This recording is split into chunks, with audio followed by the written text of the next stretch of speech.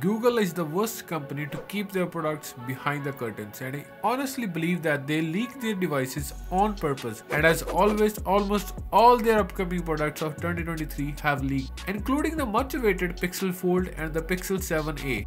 And both of those are expected to launch at Google I/O in May and will be available in June.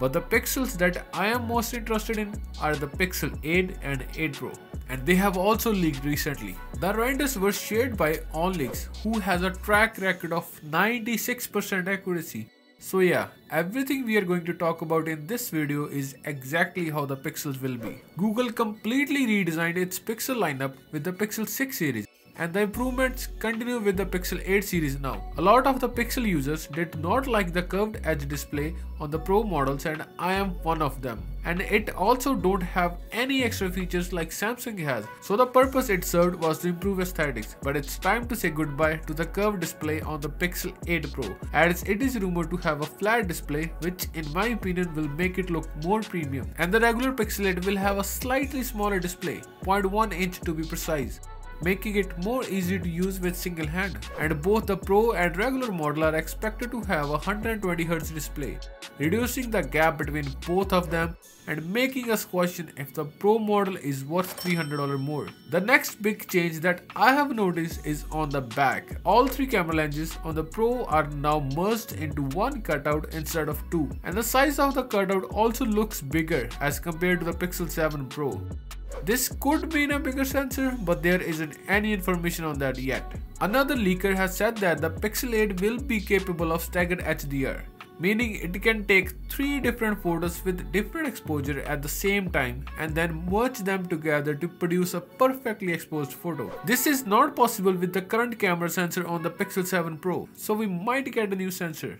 Or there is this new sensor on the Pro model only, which could be LiDAR sensor or maybe a different sensor that will make the staggered HDR possible with the same old camera. The Pixel already does something like staggered HDR, but instead of capturing 3 different exposures at the exact same time, it captures them one by one, which can be impacted with your hand movement. This is also why the Pixel takes a second to load your photo right after taking it. The new staggered HDR will likely reduce or maybe completely eliminate that wait time. And if that new sensor is really a LiDAR sensor, then I think Google might be bringing some new AR features along with it. That small sensor also proves that Google's design choice for the camera bar instead of a square or a circle makes much more sense now. What I mean by that is, if we look at other flagships such as the iPhones, the Galaxies, they all have to change size or the shape of their camera housing just to fit their new camera hardware.